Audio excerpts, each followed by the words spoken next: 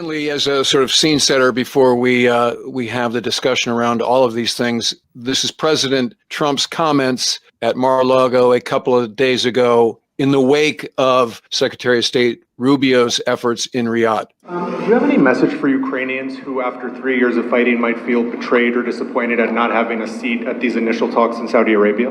Well, I think I'm really disappointed in what's happened. I've been watching this for 3 years. It's a war that would have never happened if I was president, and I've been watching these people being killed at levels that you've rarely seen, not even close, since the Second World War.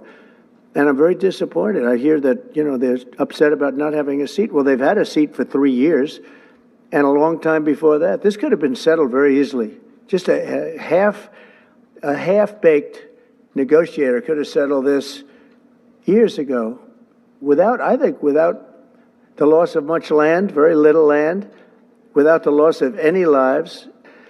And I think I have the power to end this war. And I think it's going very well. But today I heard, we weren't invited. Well, you've been there for 3 years. You should have ended it 3 years. You should have never started it. You could have made a deal. I could have made a deal for Ukraine.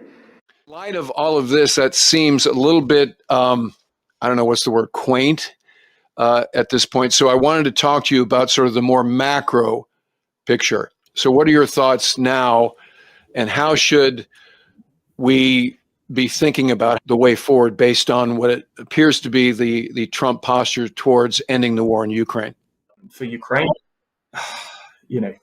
what on earth can they do? Europe is trying to step up on that, kind of appalled. The suggestion by President Trump that the Ukrainians shouldn't have started that fight.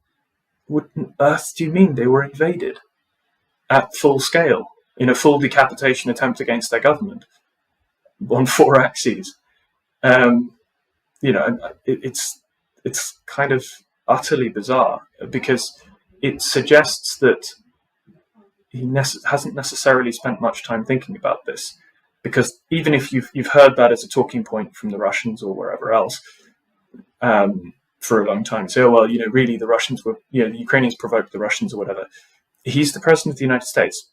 He can go and get the most comprehensive intelligence and signals intelligence briefings in the world on exactly who gave what orders, where, and what was going on at the entire time.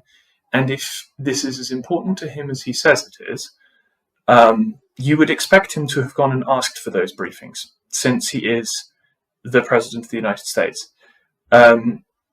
And the fact that he therefore has defaulted to a position which doesn't really stand up to even a tiny bit of logical thinking, it suggests that his priorities are not necessarily on any kind of durable or just peace deal, and instead are on some other agenda which I couldn't really comment on. What the administration has done over the past week and a bit is essentially give the Russians every incentive in the world to refuse to compromise.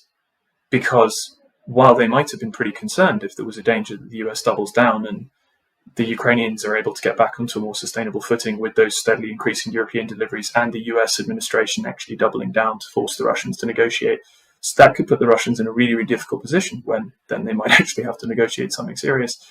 But if you've just told them that the US now views, which if you take the president at his word, the US now views Zelensky as a dictator who should be out of office and won't have a country if he, quote, continues on his current course much longer, and that the Ukrainians shouldn't have started the war by being invaded, and that they're also apparently picking a fight with the US's European allies and, of course, Canada, because who on earth doesn't want to pick a fight with the loveliest nation on earth, even if they're not hugely militarily effective?